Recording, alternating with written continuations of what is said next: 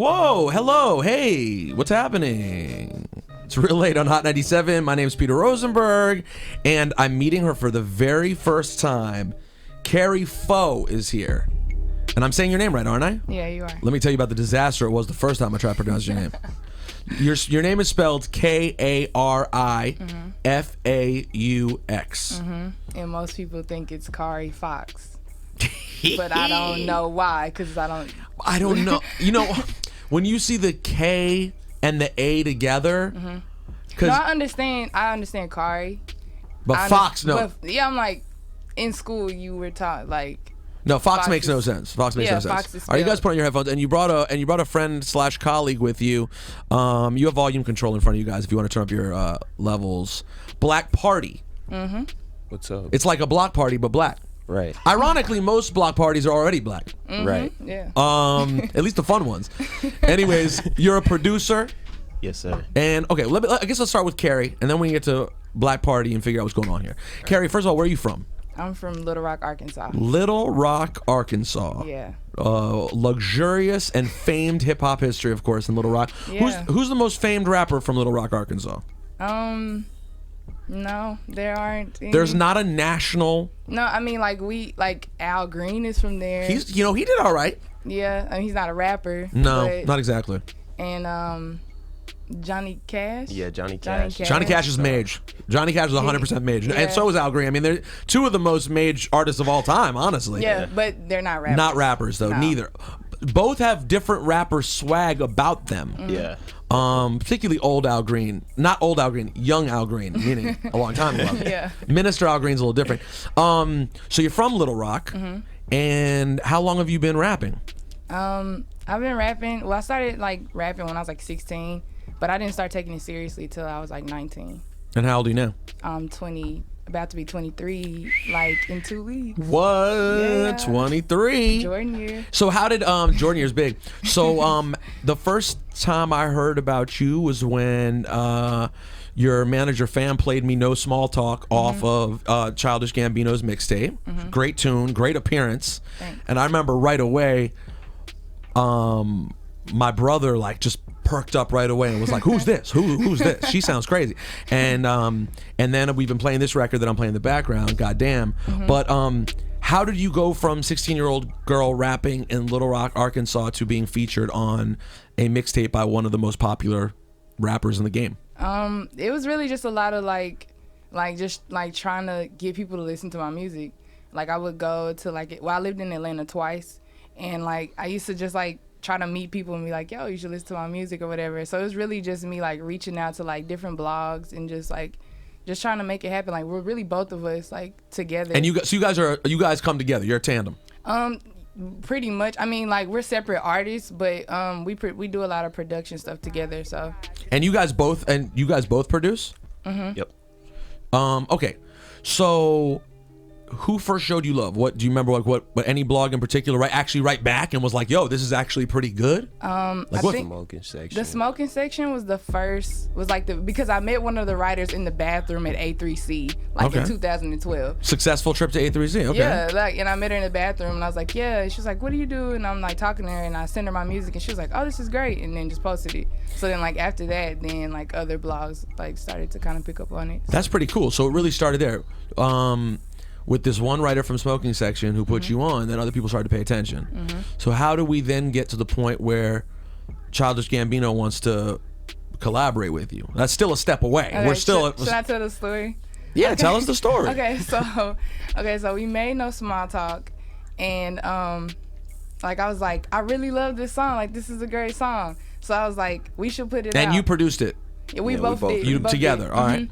And so we put it out, and he reblogged it on his SoundCloud or whatever. So it was at the top of his SoundCloud, and he followed Fam. Who is Donald's manager? Childish Gambino's manager. He followed Fam on Twitter, and then so Fam was high or whatever, and was like, Sounds about right. Yeah, he was like, he's like, I just started going through my followers, and he's like, I'll never really ever do that, but he just went and then went to Malik's SoundCloud, and then listened and was like, yo, this is great, I love this. So then sent it to Donald, was like, yo, if this is good, remind me tomorrow that it's good.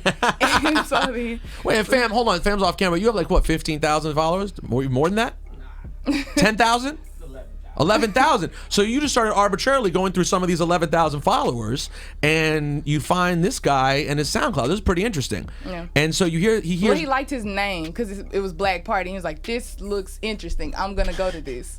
That's a good call, fam. Black Party is interesting. I'm not gonna lie, it's a good name. So much easier to read also than your partner Kari Faux. Okay, so then he's like Donald. He tells Donald about it and says, "Remind me to look at this later." And this was a version of No Small Talk with just you rapping on it. Okay. Yeah. And so then he heard it. He reached out to him. He calls me, and he's like, "Yeah, I think they're gonna do a remix to No Small." I'm like, "No. You're playing. Like, don't play with me like that." Did you already like Childish Gambino? Keep it 100. No, I did. Keep it No, 100. I did. I'll fuck with him. No, and I mean, like, I didn't like some of his music up until the royalty me. Like, I really love like royalty mixtape. So like ever since then, I've been like, yeah, a like fan. I like him. Okay. So yeah, and he's like always been a fan of him.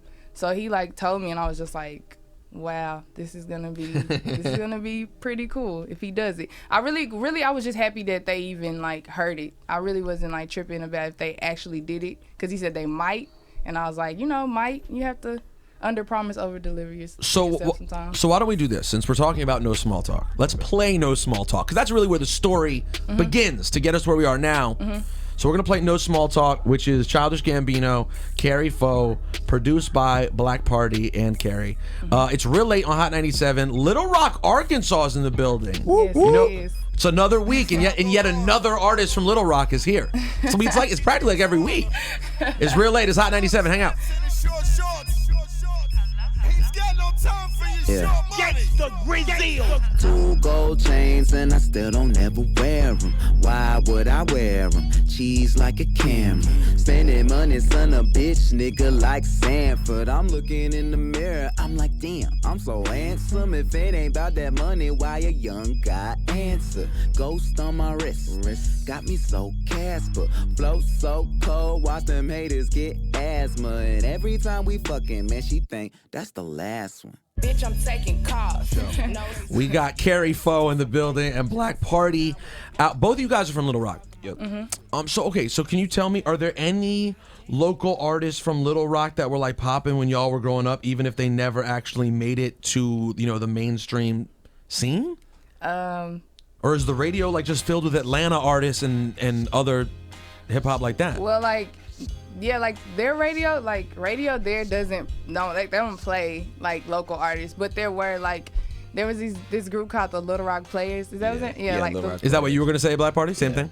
Yeah, and they were like the closest thing to like actually like becoming big, but I don't know what happened. Well, you have a line on the record that I've been playing, Goddamn, where you reference Tribe Called Quest. And I mean, you're only 22 years old and you're from Little Rock, so obviously you guys have an interesting taste in hip hop to start with. Where did your interest in hip hop and the kind of things that you're into come from? Well, to be honest, like I didn't really get into like real hip hop until I was older. Like when I was younger, I was listening to like Britney Spears. No, of course you were. Yeah, like I was listening to like Britney Spears and like you and Britney are the same. Y'all just simple, southern, relaxed, just having fun. I like Britney, but I mean when I got older, like I started listening to like my cousin like introduced me to like UGK and like Outkast, like a lot of that kind of stuff. So yeah. At some point, were you put on to Gangsta Boo? Yeah, and LeChat goes off. I love LeChat from 3-6. Oh, and honestly, LeChat is not someone who you hear in a lot of conversations. No, like she's underrated. Yeah, she I love LeChat. Because there's something, and it's not just your draw, but there's something about like the confidence to which you rap that I get Gangsta Boo a lot. Yeah, you have to get a little bit like. Did you hear the Gangsta Boo feature from like she had a feature with Yellow Wolf like 2 years ago? Did you ever hear that? Where she goes super hard, and here I'm gonna play it for you. Hold on. That's what we do. Let's see what Gangsta Boo I have in my computer at any given moment. Not enough, unfortunately. I have this. But yeah, there's a certain just level of confidence the way you flow that you hear a little bit of that. So what's happening right now? What is your guys' plan? What more are we gonna hear from Kari Faux?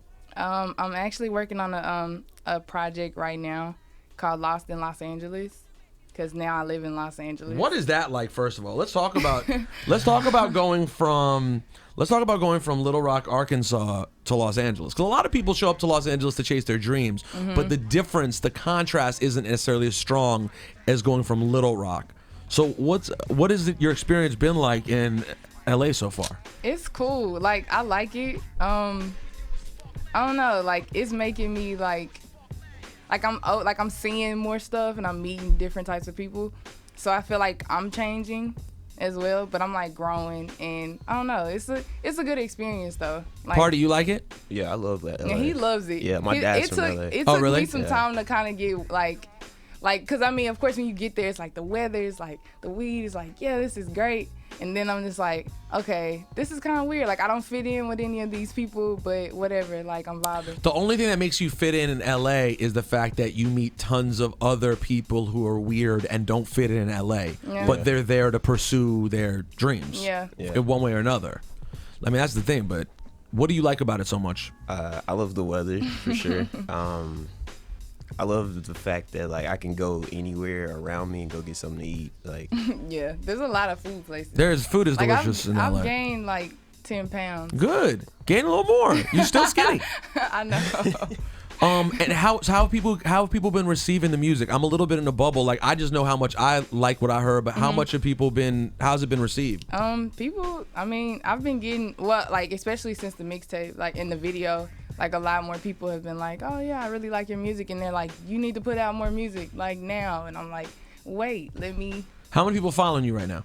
What's your social media looking like? On Twitter, I have like. Because that's all that counts is how many people follow you on social media. Right. So how many Twitter followers you got? On Twitter, I'm almost at 7. Like, I'm 50 followers away from 7,000. From 7,000. Oh, you're still brand new. This video one day, people are gonna look back and be like, damn, she has 7,000 followers. And then and then on Instagram, I only have like 5,000. Woo! Look at you, Black Party. You probably got like 112 followers. No, I have 2,000 on Twitter and probably 2,000 on Instagram. On Instagram. Yeah. So you guys are really relatively new. What's the experience? What's working with and now through management being associated with Gambino? Like, how's that relationship? It's tight. Like, really, all of royalty. Like, they're all like very helpful, and like just being around them and just like seeing how they view the world, and like. Especially with us, like, we've always kind of looked at the world in a different way, and to like be around other people who are older than us, and they also like, they're like, yeah, no, you guys are on the right track. Like, because I mean, a lot of times like we hang out with people our age and they're just like, what are you guys on? And we're just like, but to be around people who actually get it is cool. It's like we're like a family. So it also, do you guys feel as if right now an artist like you is a really great time for someone like you, because your music is a mix of several different things. It's like kind of traditional South in some ways, also ironically so, also like influenced by all kinds of other stuff. And I just feel like, as I've been doing this now for 8 years, and in these years, the audience has grown so much for people who are open to something that has multiple layers to it. Like, there was really a time in which the music that was available, particularly for like Black teenagers, was very limited in scope, right? Yeah. And now it feels like, both in the amount of music that's available and in the audience, it feels like there's this large demographic of like, for lack of a better word, I kind of would describe it as like Black nerds or Black alternative, like whatever you want to say, but it's really cool when you think like, about when it. people ask me like what kind of music I make, like most of the time I say like alternative rap, and they're like, what is that? And I'm just like, it's rap music, but it's not like typical what you would expect to like rap music. Is that a common phrase yet? I don't know, but I made it. You should, because alternative rap really is. And then, but then you get into a conversation about what fits into alternative rap. Yeah, No, but I'm asking, who do you guys think? Who else jumps out in your mind is like, yes, I'd put them in alternative rap? Who would you say? I mean, because in some ways you could say Childish fits into alternative rap. Yeah. But he also has straight up pop songs too. Yeah. I mean, Sober is an alternative rap. That's a just really musical pop record. Father is definitely alternative rap to me. He's definitely alternative. I mean, honestly, you would think Odd Future is sort of like the kings of alternative rap, right? they are. Tyler's almost like the father of the whole thing. Yeah. But like, it's just so cool because I just felt like those options didn't exist, and now there's so much more room for it, and you see music like this popping up on festivals, and there's kind of a whole movement for It's it. kind of something for everybody now, which I think is really cool. Like, I'm glad that it's like the scope of like music is just kind of opening up, because I mean, like, a lot of times, like, you know, like rap music is just like, oh yeah, if you're not from the hood, you can't do this or you can't be a part of this. And it's just like, I'm glad that there's something for everybody. Yeah, it's really cool. And not only that, because there's so many, guess what? There's so many kids from the hood who don't want to just hear music about, not even just hear music about what's going, exactly. And not only just hear music about, are you from the hood in Little Rock? I mean, like, I like a lot of my family is like from the hood. So it's like, I've been around, like in Little Rock, you kind of walk this fine line of like, being like over here and over here. So it's kind of like, it's like, yeah, I be around people that are from the hood, but it's like, I didn't want to always be a part of that. Like, it's like, that's kind of, it's draining, like having to be, like put on this act and be this and be that. It's just like, nah, I just want to chill and like be cool. And I was going to say, like, a lot of people don't necessarily, if you're from the hood, want to hear music about hood life. Yeah, but then that's the thing, yeah. But then there's so much of it isn't even about actually what hood life is. It's about like aspirations of bullshit like that's reinforced over and over again. Like, people who are from the hood don't want to be there, and then people who aren't from there, they see it glamorized, and they're like, oh yeah, like, oh, okay, that's what I want to be. But it's like, no, if you were from that, you'd be trying to get out of Let me tell that. you something. But you guys are from an interesting place, because let me tell you something. For most of us, the people our age, like, all we know about the hood in Little Rock is banging in Little Rock. Exactly. And don't nobody want to be a part of banging in Little Rock. No. It's not cool. That looked too real. It was. It's not like that anymore. I mean, of course it's crime, but banging in Little Rock had people getting up and locking the door in their house no matter where you live.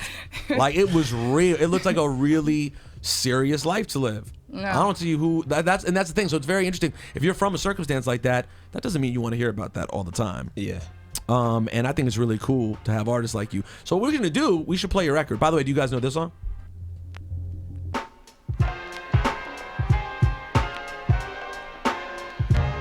You don't know this song? Mm-mm. Change it. Oh, okay. Like, De La Soul? Yeah.